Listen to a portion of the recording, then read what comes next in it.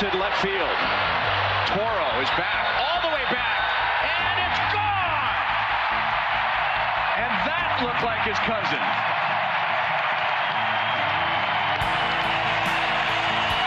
Friday night crowd loving that. And it is 2024, but it sure as hell felt like 2014 tonight, didn't it? Welcome to the Royals Recap. My name is Jacob Milham. Damn it! Who typed a question mark on the teleprompter? All right. Actually, for now. Listen, Kansas City Royals, hell of a set of festivities tonight. Having a lot of former Kansas City Royals there, watching the game, watching Herrera throw out the ceremonial first pitch to Davis. Salvador Perez doing his thing tonight. Man, oh man, I'm just sitting here and I'm getting chills about it. I'm getting emotional about it. But the best thing of all is the Kansas City Royals won tonight, starting off the homestand with a victory over the visiting Oakland A's 6-2. Your Kansas City Royals improved to 27-19, 8 games over 500. Let's go ahead and talk about it a little bit, shall we? The person who makes all this happen, right? It was going into the top of the 9th inning. It was 6-0. And the person who made that happen, the one and only Cole Reagans. It was Coke Reagan's bump day, y'all. He pitched 7 innings of shutout ball, only allowing 2 hits with 7 strikeouts and 2 walks in that span. That is absolutely what you want to see from your opening day 2024 starter.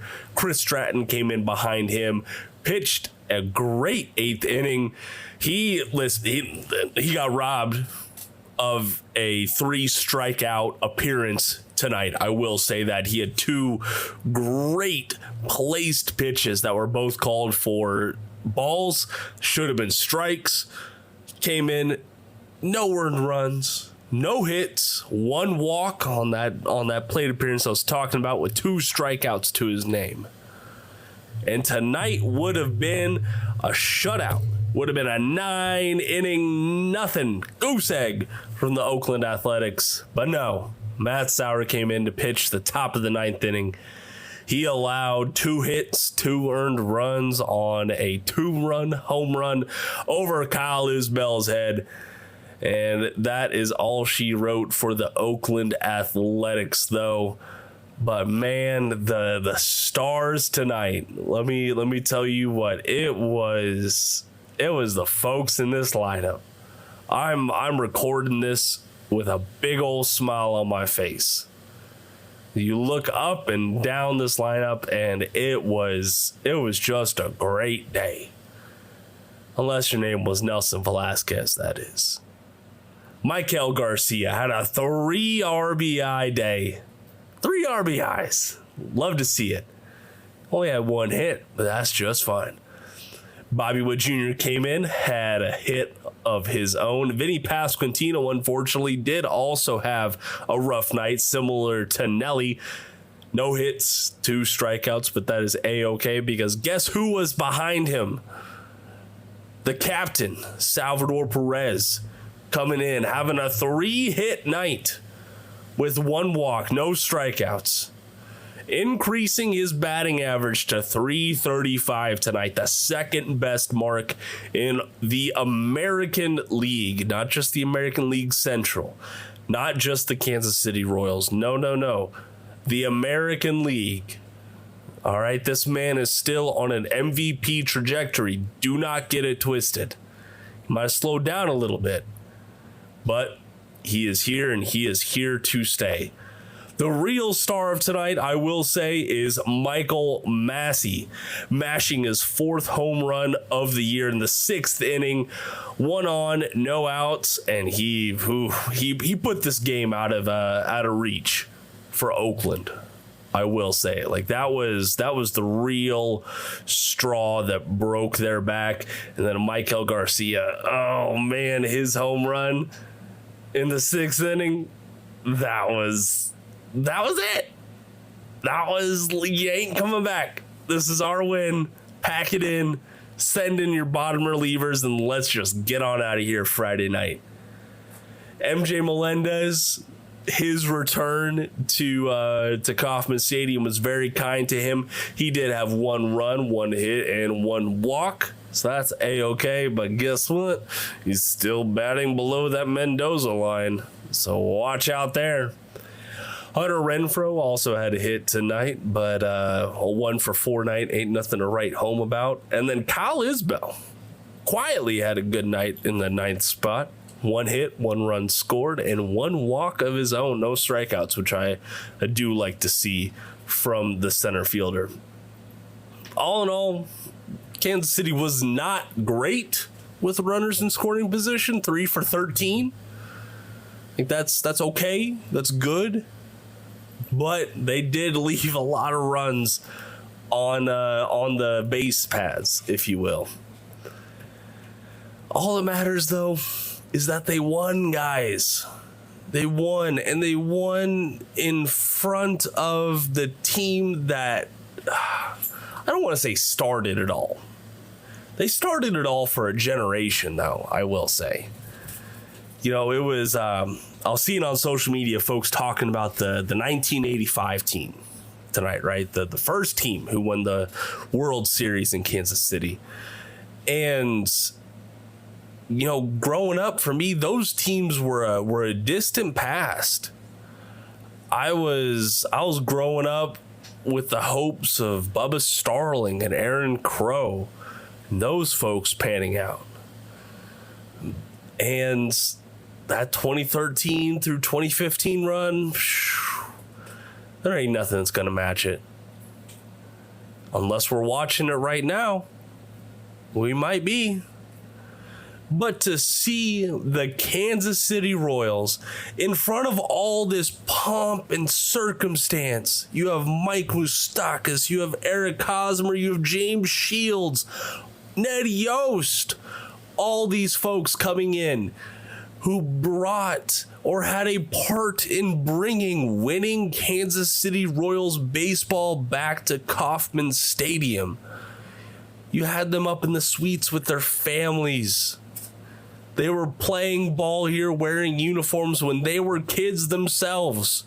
And now they are watching the next generation of Kansas City Royals destroy the team that they had to beat in the wild card round 10 years ago to start it all off. This was, oh man, just talking about it will make a person emotional.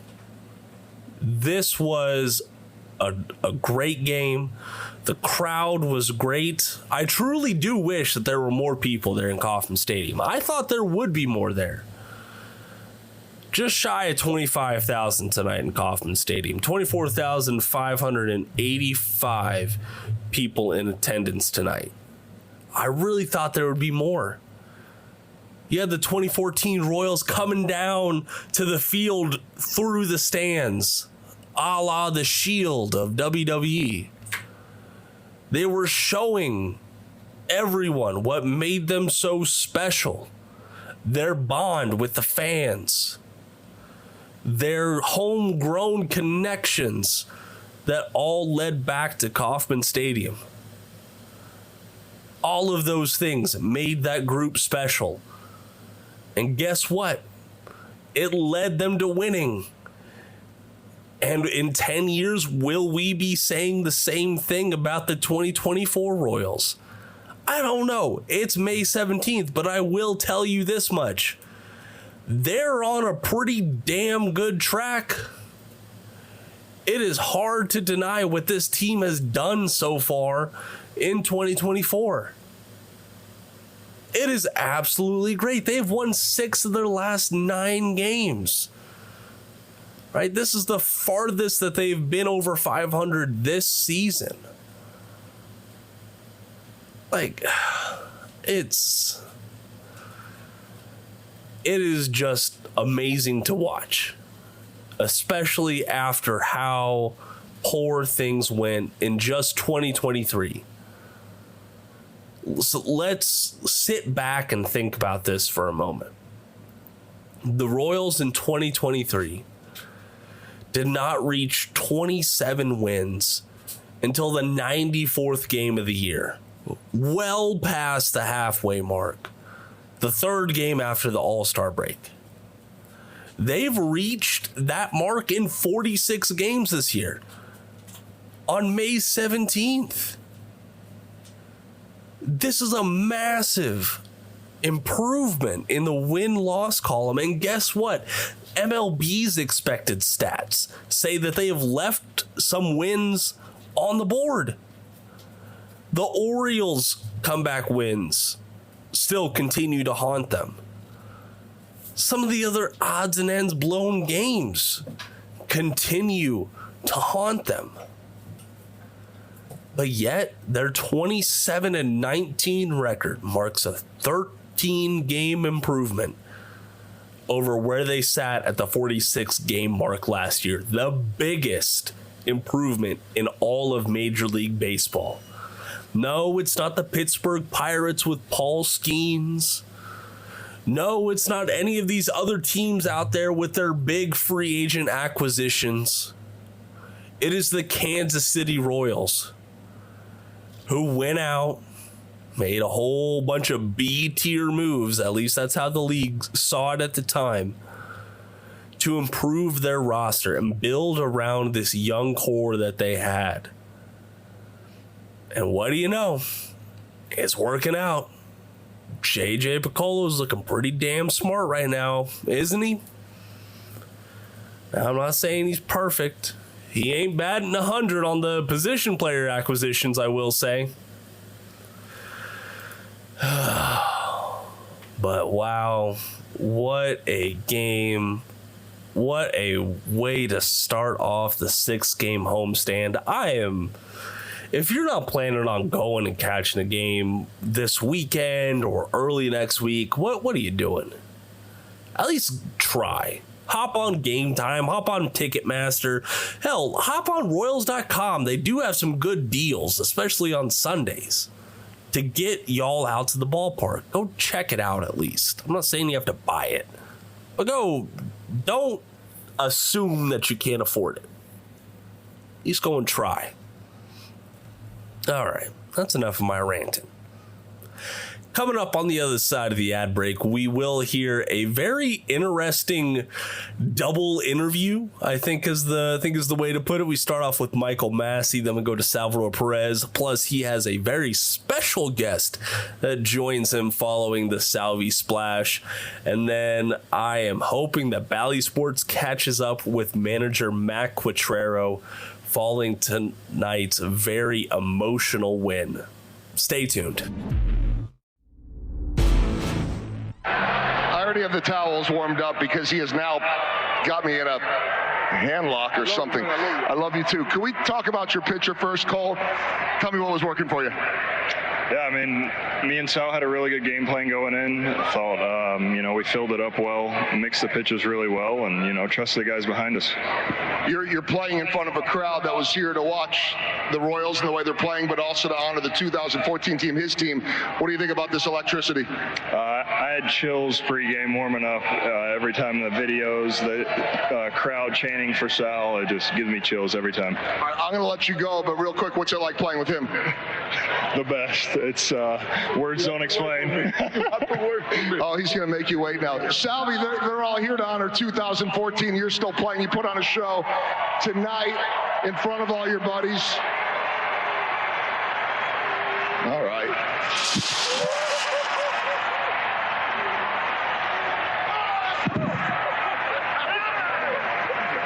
Now he can leave. Now he can leave. No, wait, hold on. Come here, Cole. Cole, come here real quick. He's out. He's out. Oh, the captain said come back. Now you're officially part of it. How'd that feel? He's all smiles after 7 shutout innings. How about the Salvi splash? Oh, man. Awesome. It's freezing, though. That's freezing. I mean, it's not supposed to be warm, although I do taste the coffee that's in there. Cole Reagans, everybody. Great job. Thank you.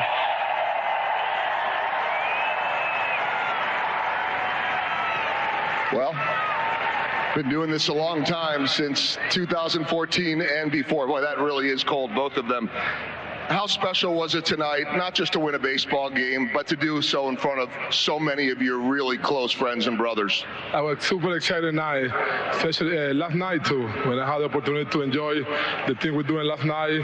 So it's pretty fun to see all these guys. There's Ned. I've seen it before. I've seen it many times. Yeah, he's the best. Hold on, this interview keeps getting a bit.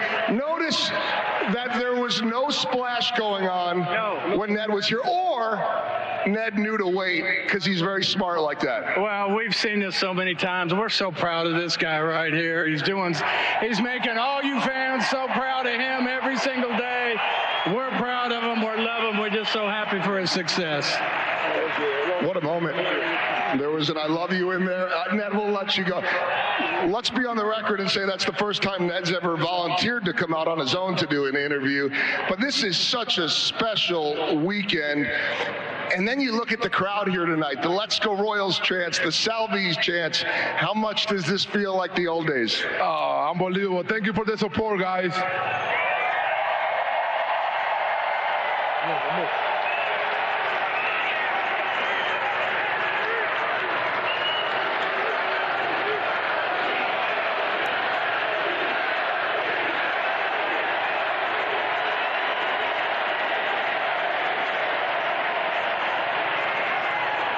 I don't think that any question that I had was good enough to follow it up, so I'll let you have the last word. To these people that have loved you for 14 seasons, and what do you got to say? I love you guys, and thank you for the support. Salvador Perez. Perfect.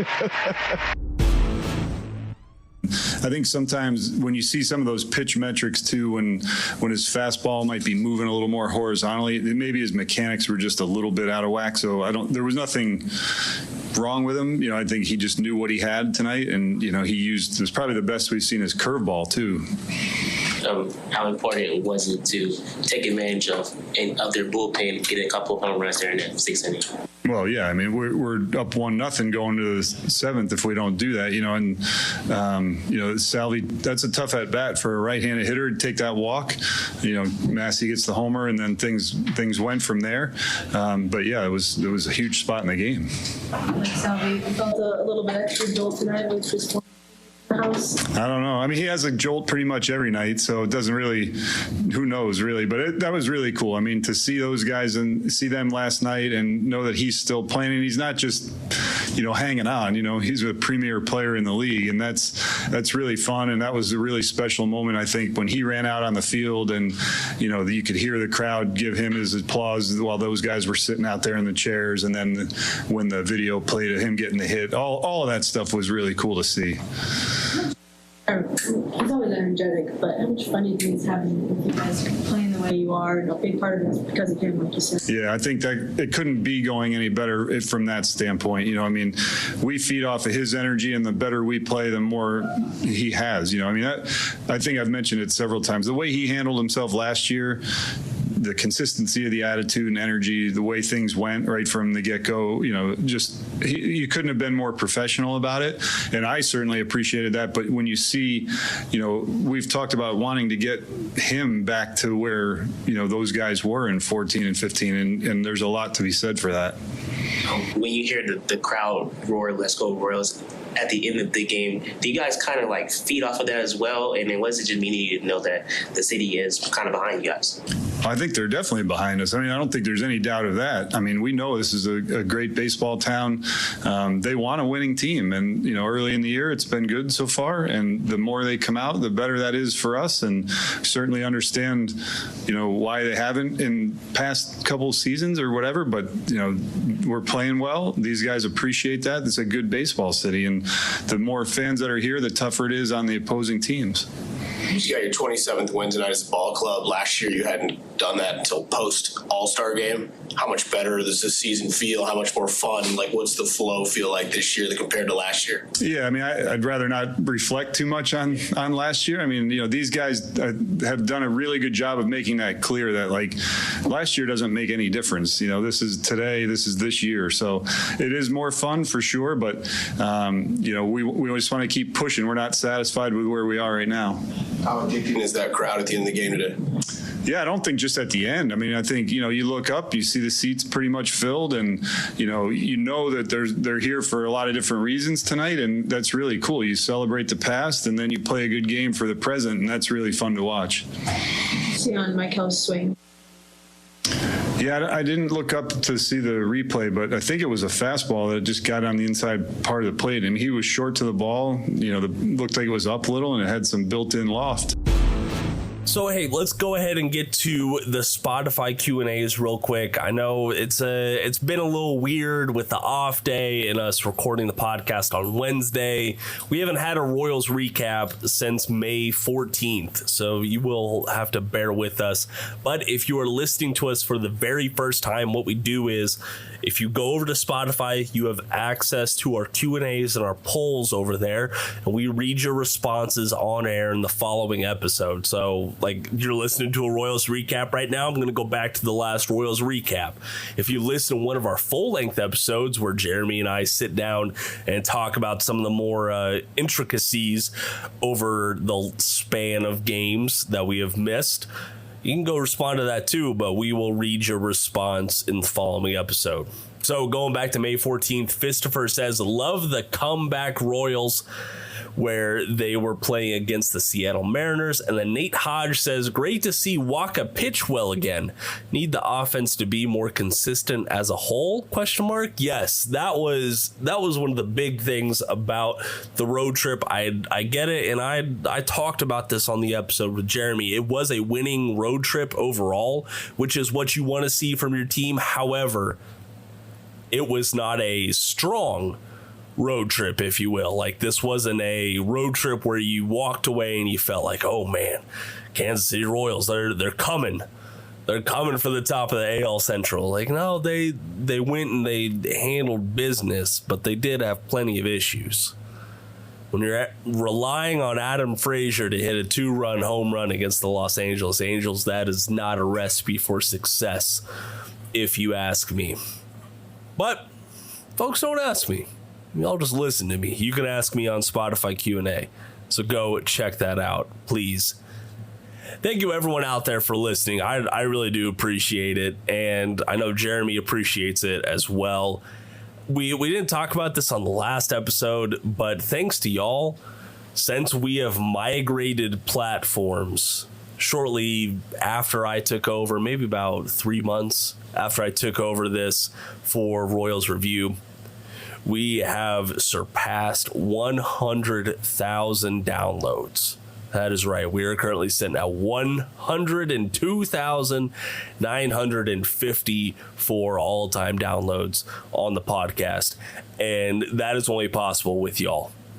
So I cannot thank you enough. If you want us to continue growing, I will thank you even further, but the only way to do that is you have to leave us reviews, you have to follow, you have to share us, and honestly, we love interacting with y'all.